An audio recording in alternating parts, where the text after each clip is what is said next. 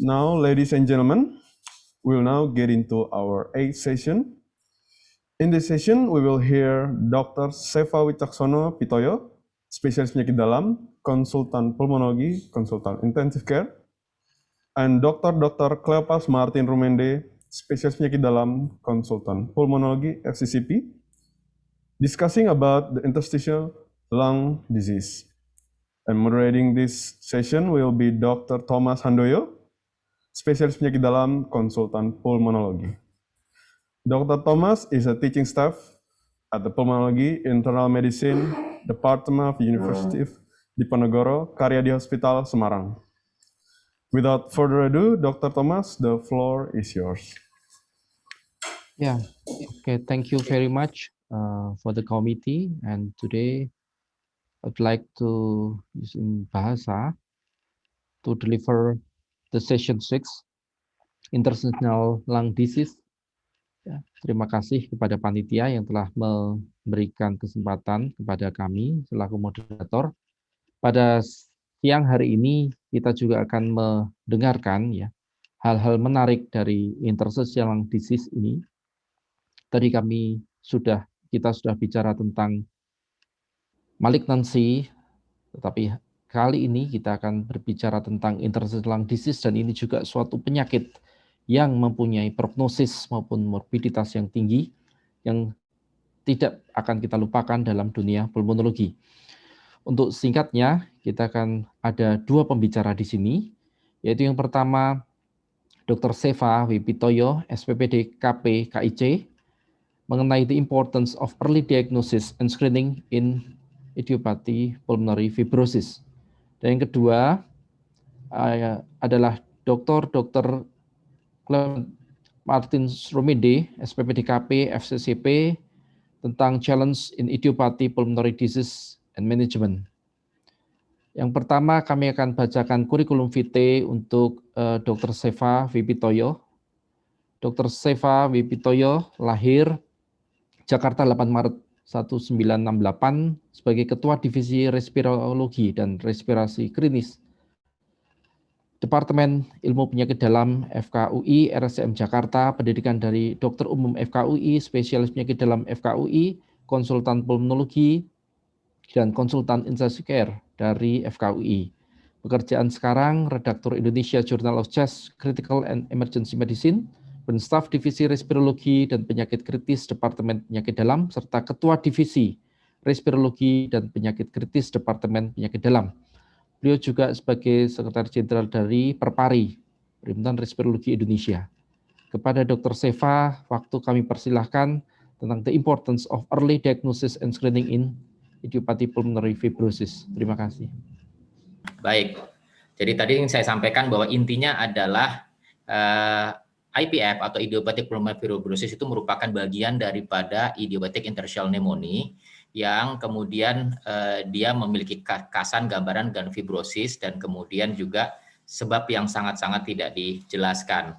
Ada beberapa gambaran yang lain, misalkan desquamous interstitial pneumonia atau bronkiolitis, itu bisa berkaitan sama rokok, tetapi kenapa dia tidak bisa dipastikan sebagai karena rokok? Karena rokok bisa disebabkan oleh yang lain dan seringkali disebabkan oleh menyebabkan PPOK yang lebih dominan. Jadi bukan gambaran fibrosis luas ini. Ya, jadi IPF itu adalah penyakit kronik yang ditandai oleh sesak yang semakin progresif, tes fungsi parunya menunjukkan semakin progresif juga. Nah, yang menjadi masalah ini kemudian kenapa jadi masalah di diagnosis itu adalah karena ini akan mirip dengan PPOK, apalagi kalau terkait sama kejadian seperti merokok, walaupun dia bukan PPOK tapi gambaran sesek, kemudian fungsi parunya menurun, orang seringkali mendiagnosis sebagai PPOK, padahal perbedaannya adalah PPOK lebih cenderung kepada awalnya lebih cenderung pada penurunan FEV1, sementara ini mungkin restriktifnya lebih dominan. Yang lain adalah pasien akan selalu terganggu dengan batuk, dan memang kejadiannya kepada pasien yang lebih tua, walaupun ini jarang. Nah, yang menjadi masalah adalah kenapa kita harus dini, itu adalah IPF itu kematiannya bisa terjadi dalam waktu kira-kira 3 tahun rata-rata, 2-4 tahun lah. Ada yang menyebutkan beberapa kasus kita curiga bahwa itu berkaitan dengan usia yang makin lanjut, merokok, virus-virus tertentu, termasuk seperti misalkan COVID begini, kemudian GERD, atau polimorfisme dari genetik, tetapi lagi-lagi seringkali kita tidak bisa temukan dengan pasti. Sementara penyebabnya hal-hal seperti ini juga berkaitan atau bisa menimbulkan kelainan yang lain. Faktor lingkungan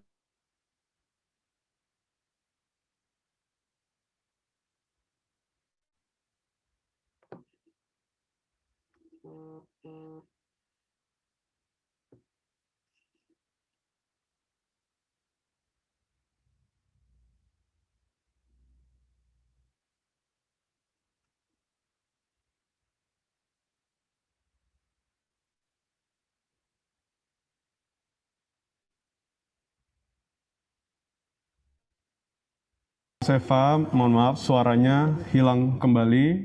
Dr. Seva.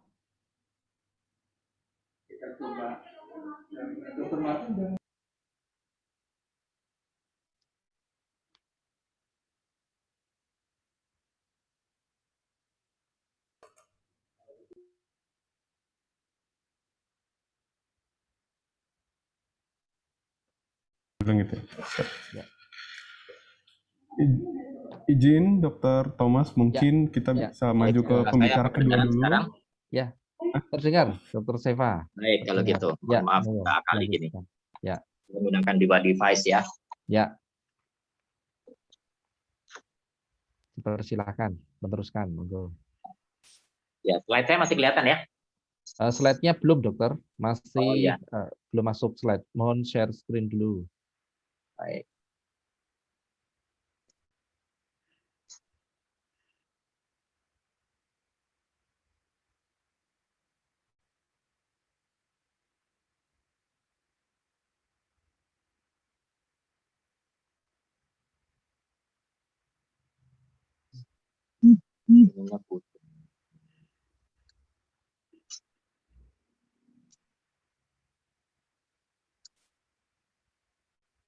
Oh, koneksinya suka putus ya.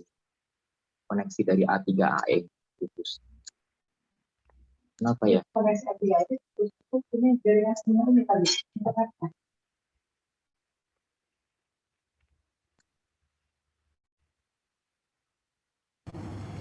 Izin Dr. Seva, apa kita memajukan Dr. Martin terlebih dahulu, Dok? Izin. Ya, mungkin sambil kita menunggu koneksi dengan Dr. Seva, mungkin kita bisa bergeser ke pembicara kedua terlebih dahulu untuk manajemennya. Setelah itu kita akan kembali lagi ke Dr. Seva setelah memperbaiki untuk koneksinya. Demikian ya dari panitia. Mohon untuk share screen untuk Dr. Martin. Monggo. Ya, share screen untuk kurikulum vitae Dr. Martin. Ya, Dr. C. Martin Rumende, spesialis penyakit dalam konsultan pulmonologi, Vinasim FCCP, lahir Jakarta 24 Agustus 62, staf divisi respirologi dan respirasi kritis Departemen Ilmu Penyakit Dalam, FKUI RSCM, pendidikan dokter umum dari FKUI, spesialis penyakit dalam konsultan pulmonologi dari FKUI, Kolegium Ilmu Penyakit Dalam, dan program doktor dari FKUI. Pekerjaan sekarang dokter umum di pekerjaan dari tahun 87 sampai 89, dokter umum di Rumah Sakit PGI Cikini, kemudian Kepala Puskesmas IMBI Kabupaten Jayapura, dokter spesialis penyakit dalam Rumah Sakit Mitra Keluarga, Ketua Divisi Respirologi dan Penyakit Kritis Departemen Ilmu Penyakit Dalam, dan yang terakhir adalah staf Divisi Respirologi dan Penyakit Kritis Departemen Ilmu Penyakit Dalam. Kepada Dr. C. Martin Rumende, akan presentasikan tentang challenge in idiopathy pulmonary disease dan management. Kepada Dr. Martin, kami persilahkan. Ya, waktu 25 menit.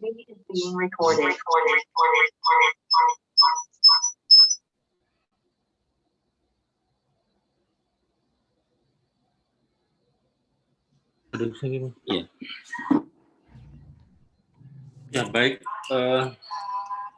Terima kasih, Dr. Thomas. Apakah suara saya terdengar, Dr. Thomas? Ya, suara terdengar, dokter. Ya.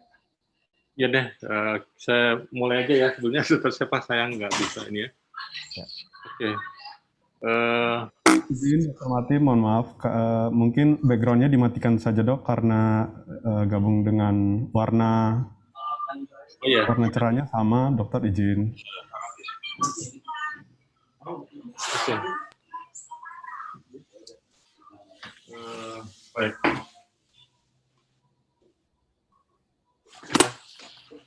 Gimana?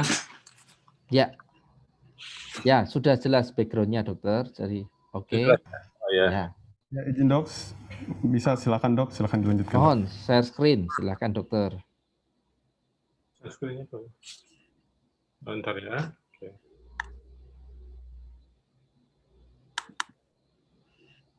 Oke. Ya, terlihat ya? Ya, sudah dokter. Ya. Oke, topik saya mengenai permasalahan dalam terapi dari IPF itu ya. Jadi sebagai pendahuluan nanti saya akan membicarakan mengenai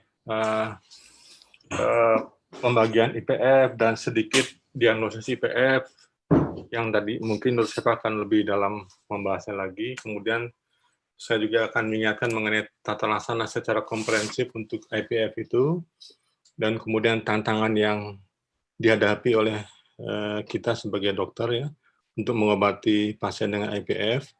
Dan nanti highlight saya akan memberikan presentasi mengenai peranan dari nintedanib sebagai salah satu alternatif pengobatan pada IPF, dan terakhir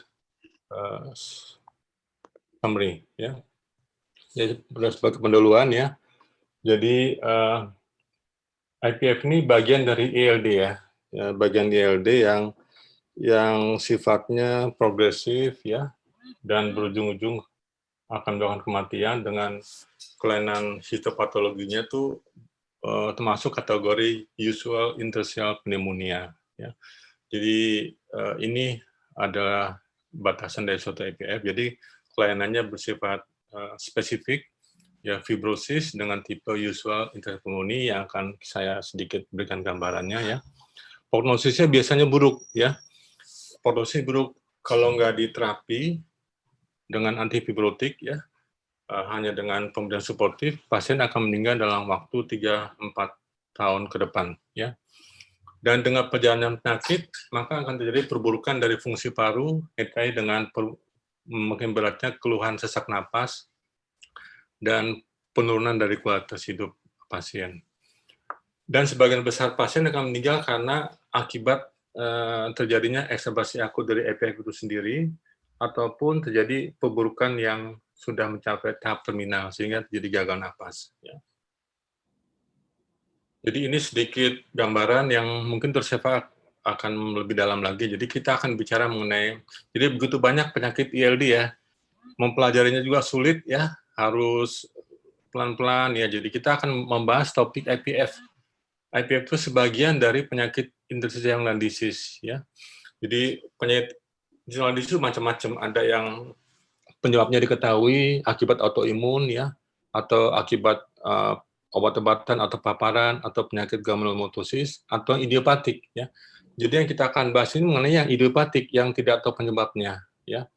Dan kalau kita lihat, kalau penyebabnya diketahui ya, ini ada spektrum kelainan yang didapat ya.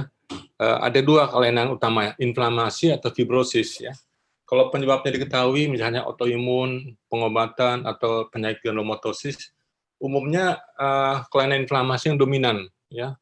Tapi pada keadaan yang idiopatik, penyebabnya tidak diketahui, maka yang dominan adalah kelainan yang bersifat fibrosis. Jadi di sini menjadi prinsip utama ya. Apakah kelainan utama itu sifatnya inflamasi yang bisa dapat pada SLE, pada RAS, Sjogren, pada skleroderma, obat-obatan. Ya, jadi di sini terapinya terutama antiinflamasi dan juga imunosupresif maupun imunomodulator. Tapi kalau kita berapa dengan IPF, kelainannya bersifat sifatnya adalah fibrosis ya, maka pengobatan kita tidak suatu imunosupresif atau imunomodulator, tapi antifibrotik, kecuali pada keadaan exacerbasi akut. Ya. Jadi ini sedikit untuk mengingatkan saja, karena seringkali IPF ini ya belum begitu banyak kasusnya ya. Jadi para tenaga medis kita, dokter penyakit dalam paru sekalipun mungkin belum begitu familiar ya paling kita diagnosa umumnya sebagai TB dulu, sebagai TB ya. Kalaupun kita tahu ini suatu ILD, kita sering nggak mengetahui ini ILD yang mana, yang sekunder karena penyebabnya ketahui kah, atau ini yang primer. Saya akan mengingatkan sedikit mengenai kelainan yang sifatnya idiopatik, yang primer, yang IUP ya. Jadi kalau kita lihat prinsipnya adalah untuk IPF secara umum ya, kita lihat tipe kelainannya, kemudian lihat lokasinya ya. Jadi kita lihat tipe kelainan dan lokasi. Kita lihat berdasarkan ya tentu klinis sudah kita dapatkan gejala klinisnya, kemudian kita lihat foto. Nah, mutlak untuk IPF ini radiologi harus dilakukan dengan pemeriksaan CT scan. Terak foto boleh kita lakukan, tapi untuk detail kelainannya kita tidak akan melihat dengan jelas kalau dengan terak foto. Jadi CT scan harus kita lakukan untuk melihat kelainan yang lebih detail. Karena pada IPF, topik kita ini, kelainan yang khas kita dapatkan adalah traction bronchiectasis ya, dan kemudian honeycombing ya. Jadi dua ini ya, terutama honeycombing. Honeycombing itu gambaran seperti sarang tawon ya. Sarang tawon disertai dengan atau tanpa bronchiectasis ya. Dan kelainan ini bisa juga disertai dengan adanya retikulasi. Retikulasi itu adalah fibrosis ya. Dan kemudian situ satu kelainan, kedua lokasi. Lokasi kita mesti lihat yang tipikal pada IPF ini adalah subpleural, posterior, dan basal. Ini penting ya. Jadi dia ada di bagian, kita lihat pada fotonya ada di subpleura, dia tidak di daerah hilus atau di daerah mediastinum, tidak. Dia ada subpleura. Jadi di dekat pleura, posterior, dan terutama bagian basal. Ini adalah yang khas untuk IUP ya. Jadi kelainan IPF ini setelah histopatologi, kelainannya kita sebut IUP ya. Usual interstitial pneumonia. Ini yang definitif. Kalau yang masih possible ya, mungkin kita dapatkan kelainan subpleural, ada retikulasi, tapi kita nggak dapatkan adanya yang gambaran khas, misalnya nggak ada honeycombing, retikulasi. Nah ini mungkin masih possible ya. Dan kalau ada juga yang tidak konsisten, ya, yang tidak sesuai dengan IUP. Jadi tidak sesuai kenapa? Pertama kelainannya mungkin bukannya honeycombing atau bukan retikulasi. Kelainannya adalah GGO, bone glass opacity. Ini udah nggak sesuai dengan IUP. Nodul multiple tidak sesuai. Kemudian juga lokasinya tidak pada posterobasal dan subpleural. Dia ada di daerah hilus, multiple, ini nggak sesuai. Jadi prinsipnya ini kita harus tahu sehingga kita tidak salah dalam diagnosa, tidak salah pengobatannya. Nah, sebelum nanti saya fokus ke antifibrotik, saya ingin mengingatkan bahwa pengobatan IPF itu sifatnya komprehensif ya, multidisiplin ya. Jadi kita sebagai tenaga medis baik paru, penyakit dalam ya, kita harus bekerjasama dengan fisioterapi untuk melakukan 6-minute walk test, misalnya kita lihat kemampuannya, kemudian kita edukasi dengan mengenai perjalanan penyakitnya, suportif ke yang lain, misalnya dengan pemberian psikoterapi kepada pasien ya, kemudian juga dengan terapi komorbid yang mungkin didapatkan pada pasien, misalnya dia ada GERD-nya, dia ada hipertensi, ada dekom, kita mesti atasi. Dan pemberian oksigen juga mesti kita edukasi ya, berapa banyak mesti diberikan dan kapan dan bagaimana ukurnya. Baru kemudian kita berikan terapi antifibrotik. Jadi antibiotik merupakan bagian dari terapi yang bersifat komprehensif. Nah, menjadi tantangan bagi kita adalah mengenai terapi antifibrotik sendiri ya. Jadi kita udah fokus ke antifibrotik ya. Jadi pengobatan antifibrotik yang diberikan dengan tepat waktu tuh akan sangat penting karena dapat mengurangi perburukan dari fungsi paru ya, dan juga mengurangi risiko terjadinya eksaserbasi akut dari IPF sehingga outcome-nya kita harapkan lebih baik. Walaupun pasien lambat laun akan menurun, tapi dengan adanya pengobatan antifibrotik akan kita hambat sehingga tidak cepat penurunan fungsi parunya. Dan memang antifibrotik terapi memang sudah disarankan oleh beberapa guideline yang kita familiar yang mengenai guideline ini dari ATS dan ERS ya. Mereka menganjurkan pemberian antifibrotik ya. Ada 2 antibiotik yang dianjurkan, yaitu tirosinase, nintedanib, dan pirfenidon ya, 2 obat ini ya yang disarankan ya. Namun sayangnya dalam guideline itu tidak disebutkan secara definitif kapan kita mesti memulai pengobatan.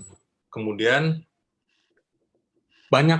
hal ini menyebabkan banyak pasien yang tidak diterapi dengan segera pada saat diagnosis ditegakkan dengan berbagai pertimbangan. Ya.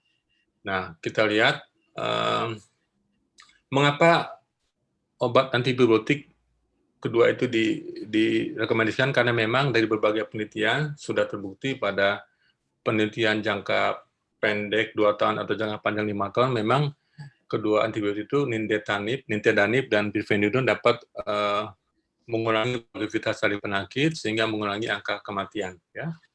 Nah, untuk itu kita lihat dari tolok ukurnya adalah dari anamnesis, dispneunya akan berkurang dengan lambat, kemudian juga penurunan fungsi paru walaupun tetap terjadi tapi akan menurun, dan juga pemeriksaan kapasitas difusi karbon monoksida yang mungkin kita masih terbatas juga, penurunannya juga akan lebih lambat ya. Nah, untuk kedua obat itu terus terang patogenese penyakit IPF sangat rumit ya, jadi cara kerjanya pun masih belum seluruhnya ketahui, cuman secara prinsip ya, obat antibiotik bekerja dengan cara umumnya menghambat dengan reseptor dari dari VEGF itu vasculoendothelial growth factor, menghambat PDGF ya, protein derived growth factor, dan juga ada menghambat fibroblast derived growth factor. Jadi suaranya agak hilang kan? Maaf ya. Suaranya agak hilang, maaf. Masih terdengar, dokter. Silakan dilanjutkan. Ya. Ya. Jadi obat nintedanib menghambat ketiga reseptor tersebut ya. Jadi dengan menghambat reseptor tersebut sehingga downstream terbentuknya reaksi kaskade yang membentuk fibroblast akan dihambat. Demikian juga pirfenidon, dia menghambat reseptor ya, protein platelet derived growth factor, juga menghambat TNF-alpha reseptor dan TGF-beta reseptor. Ujung-ujungnya ini reseptor ini kalau dihambat akan mengurangi pembentukan jaringan fibrosis ya. Nah, banyak guideline sudah menyarankan bahwa pemberian antibiotik ya antifibrotik harus diberikan sesegera mungkin setelah diagnosa IPF ditegakkan ya. Jadi kita jangan ragu-ragu untuk memberikan terapi antibiotik, karena dengan pemberian segera maka penurunan fungsi paru, kualitas hidup akan makin kita pertahankan lebih baik ya dibandingkan kita memberikan dengan terlambat ya. Nah, kita lihat pemberian antifibrotik dapat meningkatkan kesintasan dari pasien ya dengan tingkat keparahan apapun ya. Dengan pemberian antibiotik kita lihat diagram ini yang warna biru itu tidak diberikan antibiotik, sedangkan yang warna kuning dengan antibiotik. Jadi dengan tingkat keparahan apapun penyakit, walaupun bisa ringan atau berat, dengan pemberian antibiotik akan menurunkan progresivitas dari penyakit. Nah, penurunan kualitas hidup atau penurunan dari progresivitas penyakit dapat kita nilai dari pemeriksaan biasanya dari berbagai literatur tiga parameter yang kita cek ya, spirometri yang mungkin ini yang visible kita lakukan, kemudian juga pemeriksaan dilusi karbon monoksida, dan juga dengan kuesioner untuk melihat adanya tingkat sesak napasnya. Jadi dari kedua trial nintedanib ya dengan trial impulsif maupun pirfenidon dan kapasitas tidak ascendant itu kan bahwa dalam berbagai subgrup fungsi paru yang baik atau yang buruk, atau dengan DLCO yang sudah menurun atau masih baik, pemberian antifibrotik akan memperbaiki atau menurunkan progresivitas penyakit. Nah, kita akan coba melihat tantangan apa yang menjadi permasalahan kita untuk memberikan antibiotik. Kesulitan apa yang kita dihadapi ini adalah penelitian mengenai barrier atau kendala dalam pemberian antibiotik. Jadi kalau kita lihat pada umumnya para dokter tuh tidak memberikan terapi antibiotik pada ILD, pada IPF ya, utamanya karena memang pasiennya tanpa gejala ya. Jadi karena pasien nggak ada gejala ya, mungkin kelainan parunya juga masih minor, jadi nggak perlu diobatin ya. Terapi suportif aja, fisioterapi, edukasi, mengatasi komorbid ya. Kemudian ada juga penyebabnya adalah karena usia ya. Karena usia sudah lanjut ya, ya mungkin udah di atas 60 geriatri ya. Jadi kita lebih baik nggak ngasih obat ya. Tapi kalau usia muda mungkin akan lebih ingin memberikan pengobatan. Penyebab lain adalah karena penyakitnya stabil ya. Mungkin dalam evaluasi dalam beberapa bulan kok stabil-stabil aja. Keluhan pasien tidak nambah berat, sepertinya nggak nambah berat ya. Sehingga kita tidak memberikan obat antifibrotik. Kemudian kendala lain adalah mungkin diagnosa belum jelas ya. Kita masih ragu-ragu.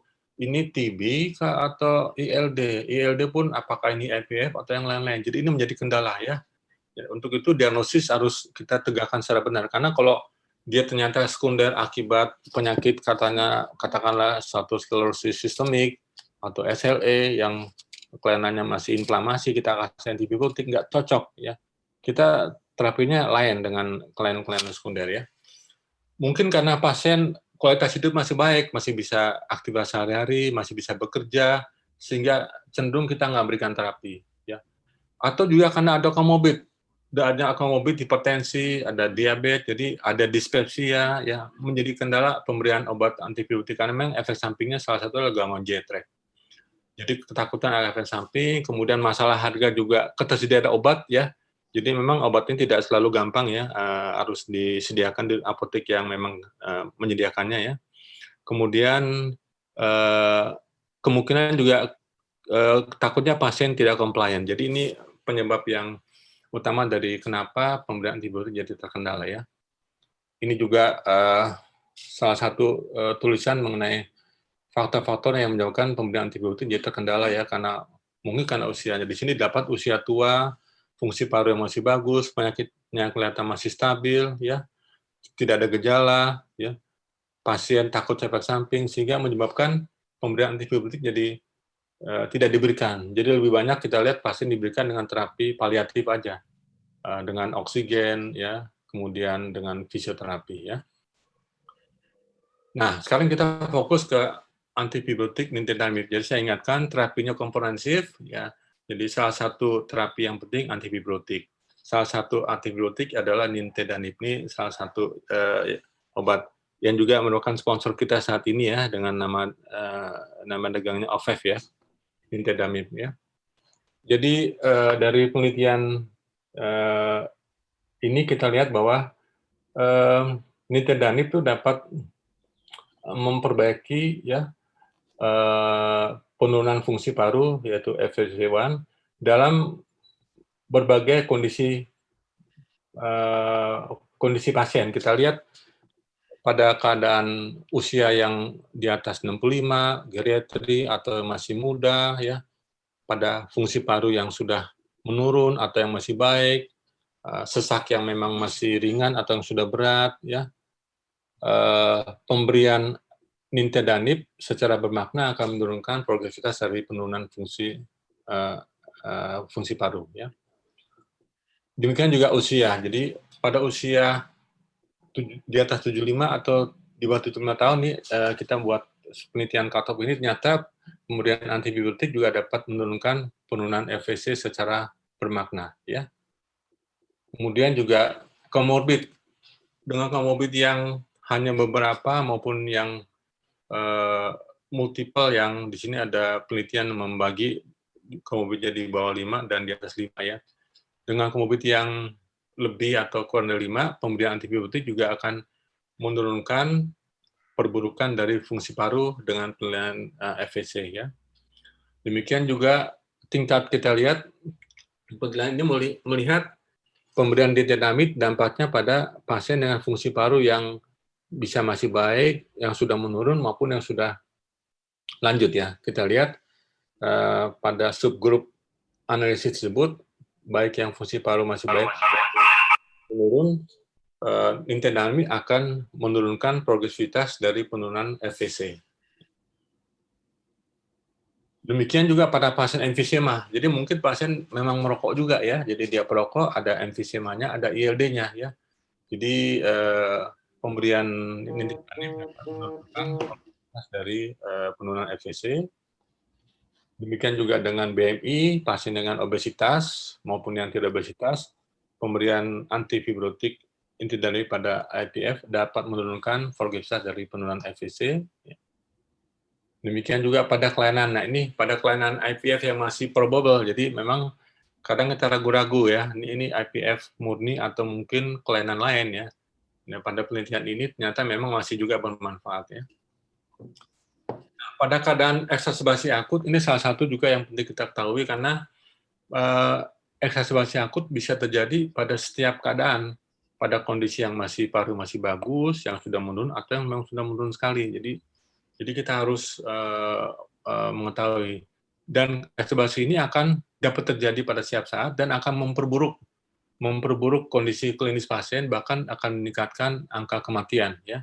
Secara klinis sesaknya bertambah, sesak bertambah, kemudian batuk dan bisa demam ya. Penyebabnya utamanya adalah intrinsik dari kelainan fibrosis sendiri yang nggak tahu penyebabnya. Tiba-tiba menurun secara cepat, atau bisa juga ada risikonya, misalnya ada infeksi, aspirasi ya. Nah, ini semua menyebabkan penurunan dari fungsi paru secara cepat. Secara klinis kita akan dapatkan kelainan yang tipikal tadi, HRCT, adanya honeycombing dan retikulasi dan traction bronchitis pada subpleural dan posterior basal. Ternyata pada akut akan timbulkan juga gambaran seperti inflamasi, ada GGO, distribusinya juga tadinya hanya di posterior basal, sekarang bisa di media silum, bisa hilus, ya, jadi terjadi perburukan. Nah, untuk itu kita harus mencegah jangan sampai terjadi perburukan, ya. Dan nintedanib dari penelitian dapat secara signifikan menurunkan risiko terjadi eksagerasi akut, ya, dari pasien-pasien dengan IPF, khususnya yang intrinsik, ya. Jadi risiko eksagerasi akan menurun. Nah, ini kemudian mengenai efek samping yang kita harus ketahui juga, umumnya mengenai pencernaan. Makanya pemakaian obat nintedanib itu diminum saat bersamaan dengan makan, ya. Pada saat makan dikasih obat nintedanib ya, atau OVEC ya, itu mengurangi efek mual ya. Efek samping paling sering adalah diare, kemudian mual ya, faringitis, batuk ya. Ini dari penelitian yang didapatkan. Memang lebih banyak dibandingkan dengan placebo ya. Jadi saya rasa itu yang bisa saya berikan. Jadi sebagai kesimpulan, jadi IPF penanganannya komprehensif, jadi bisa farmakologis, non farmakologis. Kita harus simultan menangani secara komprehensif, kemudian kita fokus ke antifibrotik, ya, pemberian antibiotik harus diberikan segera mungkin, karena sudah direkomendasikan oleh guideline ATS sama ARS ya. Entah dia masih ringan atau sudah menurun, kita berikan segera mungkin karena akan membantu untuk mengurangi penurunan fungsi paru ya, mencegah terjadi risiko eksaserbasi dan mengurangi gejala pasien. Ada 2 antibiotik yang disarankan oleh guideline ATS/ARS, nintedanib dan pirfenidone. Nintedanib ini nama dagangan OVEC, sponsor kita saat ini ya. Dan dari berbagai penelitian, nintedanib dapat mengurangi percepatan perburukan fungsi paru dalam berbagai variasi pasien, baik usia muda, usia tua, baik pasien yang obes atau tidak obes, baik fungsi paru yang sudah buruk atau masih ringan, baik pada pasien komorbid hanya 1 atau yang banyak, semuanya dapat menurunkan penurunan fungsi paru dan juga dapat menghambat risiko deakserbasi ya. Dan efek samping nintedanib yang paling sering adalah gangguan pencernaan, sehingga diminum bersama dengan makan. Saya rasa demikian yang saya dapat berikan mengenai beberapa permasalahan challenge in pemberian pengobatan pada IPF. Terima kasih pada semua peserta dan juga saya kembalikan kepada moderator. Ya, terima kasih Dr. Martin Rumindi yang telah memaparkan dengan komprehensif tentang manajemen tata laksana dari idiopathic pulmonary disease, fokus pada idiopathic pulmonary fibrosis ya. Kemudian kita akan masuk ke pembicara yang kedua, yaitu Dr. Seva Wipitoyo yang akan memaparkan tentang the importance of early diagnosis and screening in idiopathic pulmonary fibrosis. Kepada Dr. Seva kami persilahkan. Waktu 15 menit sampai dengan jam 11.00. Monggo. Baik, terima kasih dokter.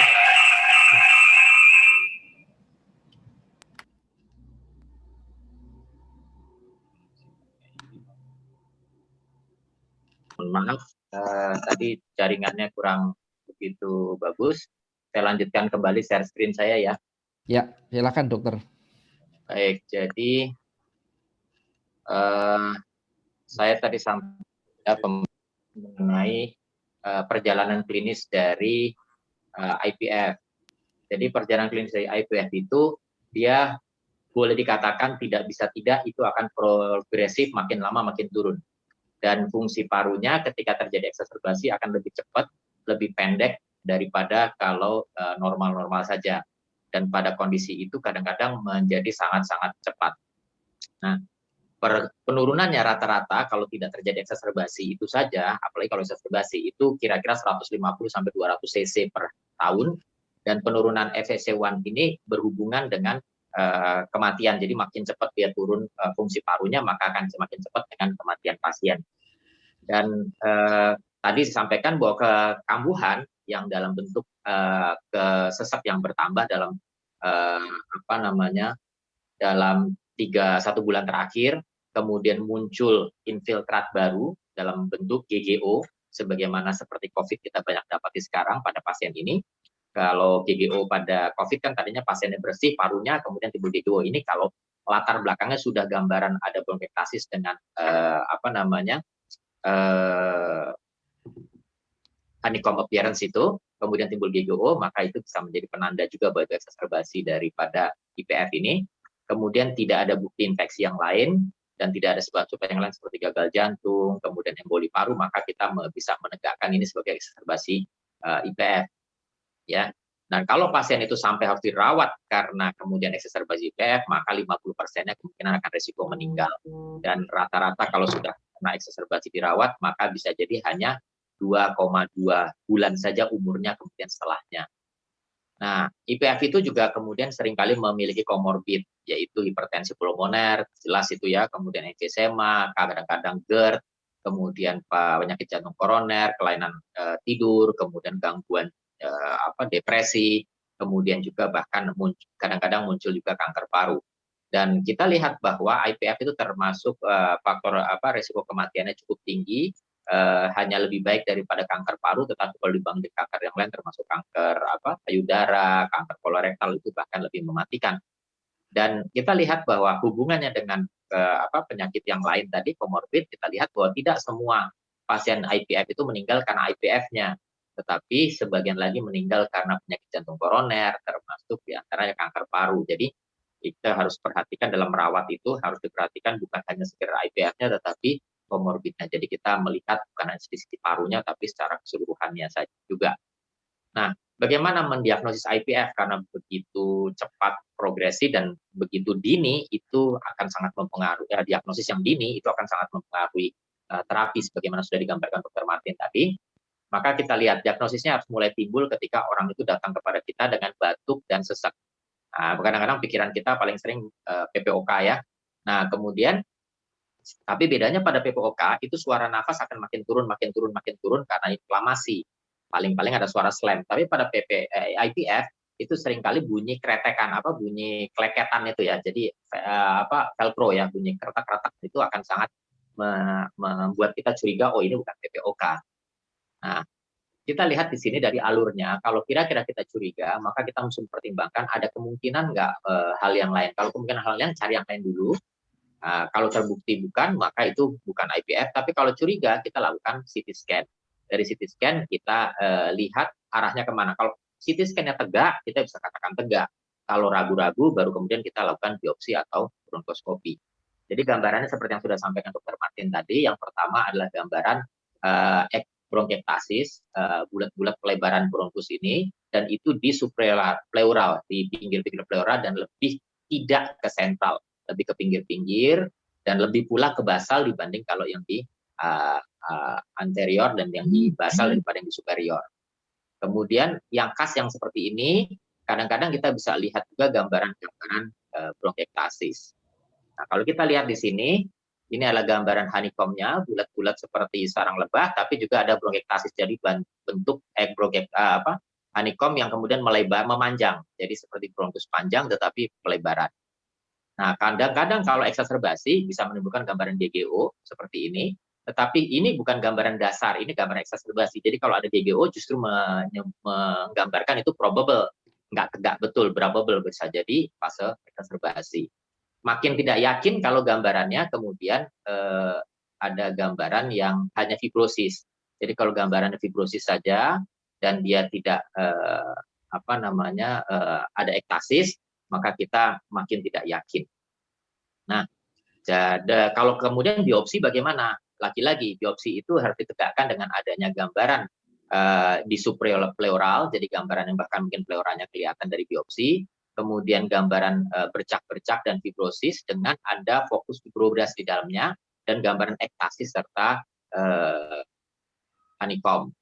Nah, kalau itu tidak lengkap atau kemudian ada gambaran yang hanya honeycomb saja, mungkin kita harus berpikir itu probable saja. Dan kalau hanya fibrosis saja, kita makin tidak yakin, kita harus cari sumber-sumber penyebab yang lain.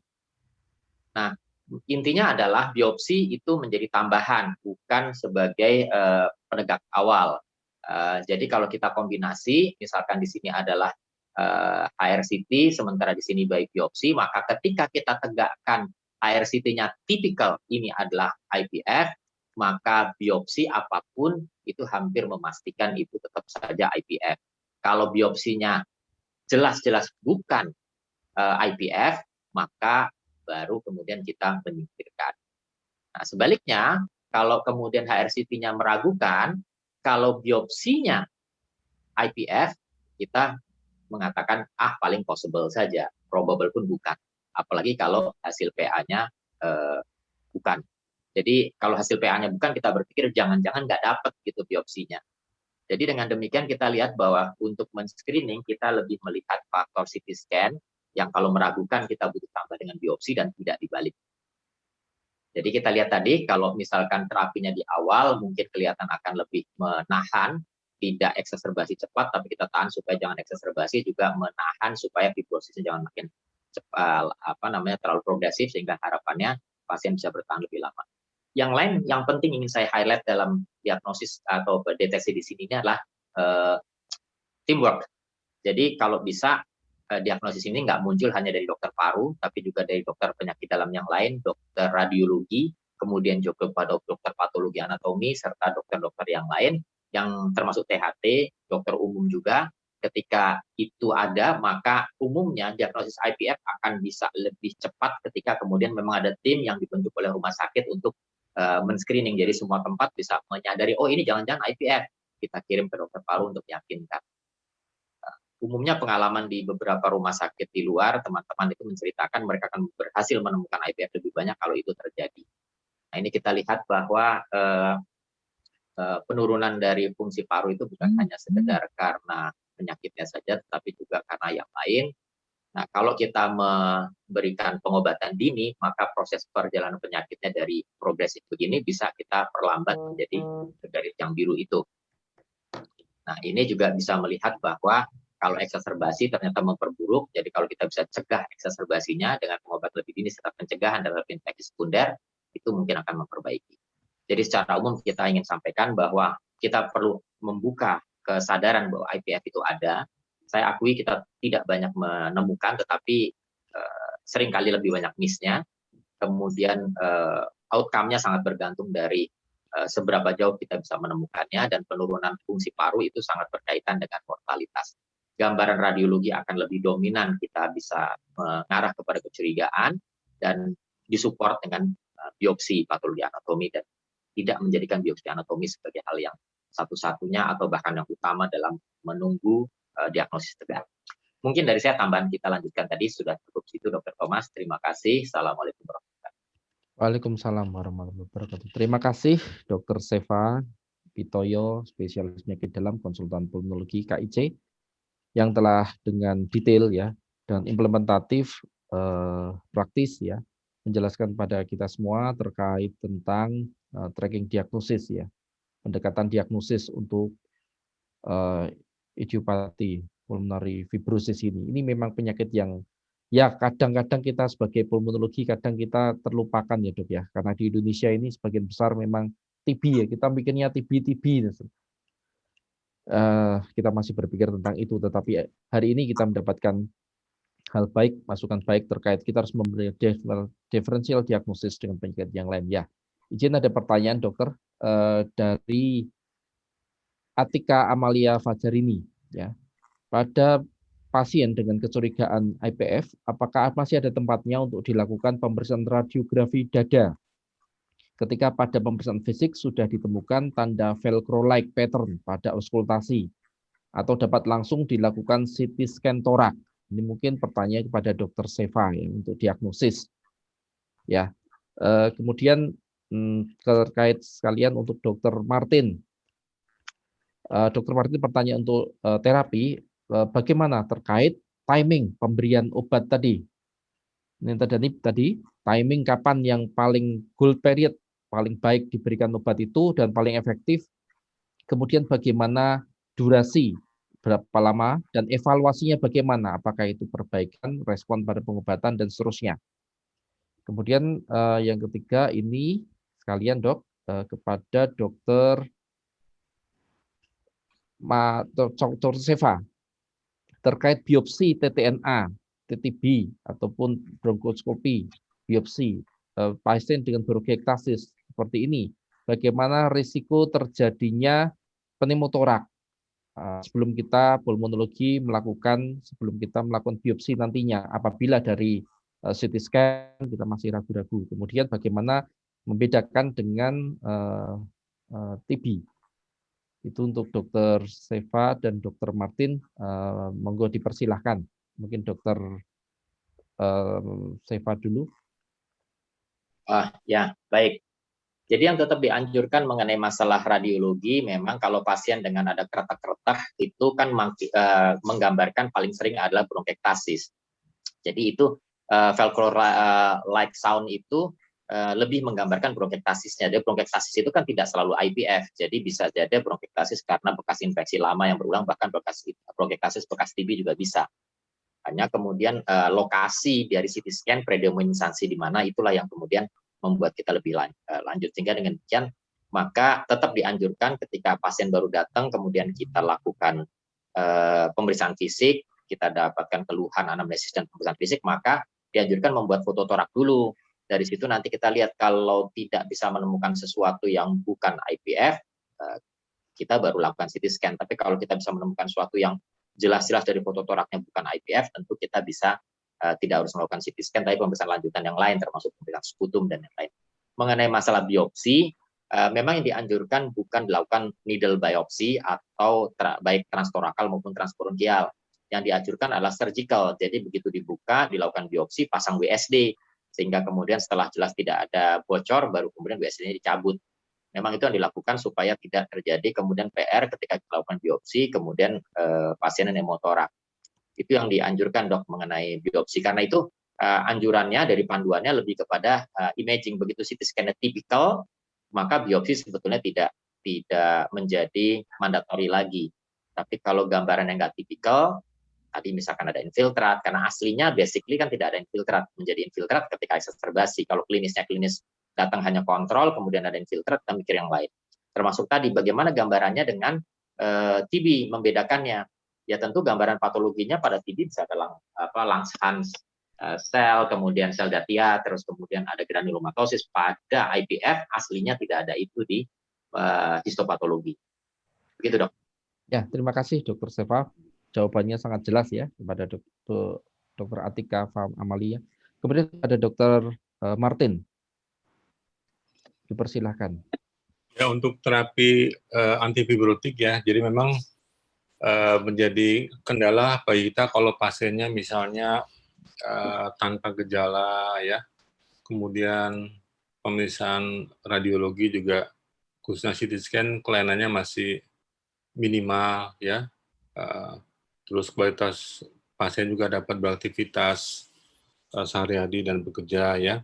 Tapi dari guideline yang ada, begitu ditegakkan suatu IPF, maka disarankan untuk diterapi sesegera mungkin ya. Dengan alasan pertama adalah kemungkinan terjadinya exacerbasi akut yang bisa terjadi setiap saat ya, baik pada pasien yang masih fungsi paru masih bagus atau yang sudah berat. Jadi kalau kita tidak memberikan terapi segera, bila terjadi exacerbasi akut baik intrinsik maupun ekstrinsik, maka akan terjadi perburukan dari kondisi paru yang bisa meningkatkan angka mortalitas. Jadi itu. Kedua, kalau kita terlambat memberikan pengobatan, maka dari berbagai penelitian yang kita lihat tadi, penurunan fungsi parunya akan lebih cepat.